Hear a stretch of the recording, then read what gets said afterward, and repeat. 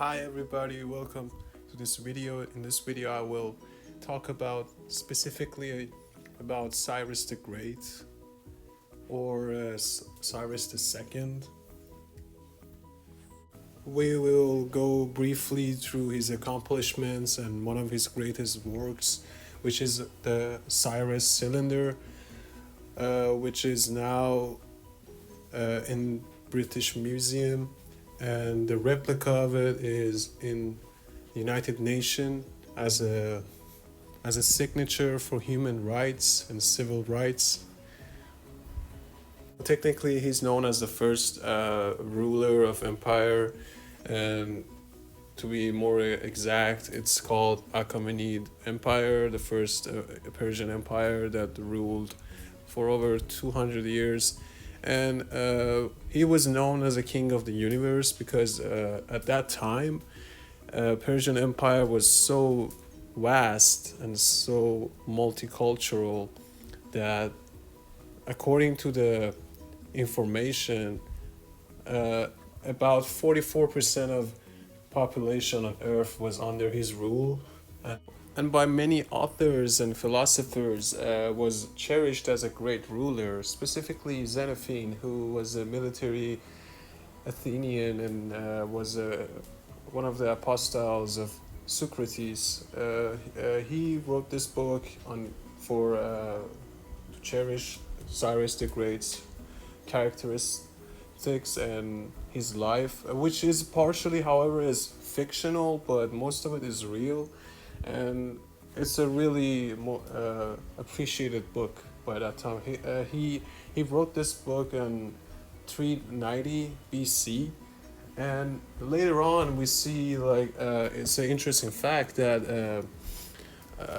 the founding fathers of the United States were required to read this book and another book, which is Machiavelli's The Prince. After Babylon was successfully captured by Cyrus the Great, which was noted that he was able to do it peacefully. His father, Cyrus the reason for he became the king of Persian, and he managed to liberate and basically unite Susa and Media together, and that made it a lot easier for Babylon to be captured, and it was. Second reason for this was that he portrayed himself as a follower and a worshipper of the god that was being worshipped in Babylon, which was Marduk, and this made it a lot easier and to have people believe in him as a person who can look up to, and basically overtook the city with propaganda that's just being. His name was repeated several times in biblical literacy in Old Testament about that he is the shepherd of God, and he helped the Jewish slaves and those who were exiled from Jerusalem after they were conquered, and their temples were destroyed and their wealth were taken away, and Cyrus managed to free them afterwards and give back their wealth and help them rebuild the second temple. That's why he's very noble and respected character. In his kingdom and empire had many languages and different ethnicities and different cultures at the same time, with different gods with different beliefs. He respected all of them, and he had his decrees and news just like written in multiple languages. Cyrus cylinder was written in Babylonian language because it was meant for Babylonians' audience.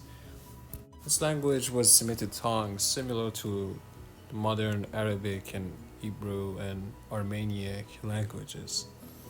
The dimensions of the scripture is 22 centimeters length and 8.2 centimeters as diameter.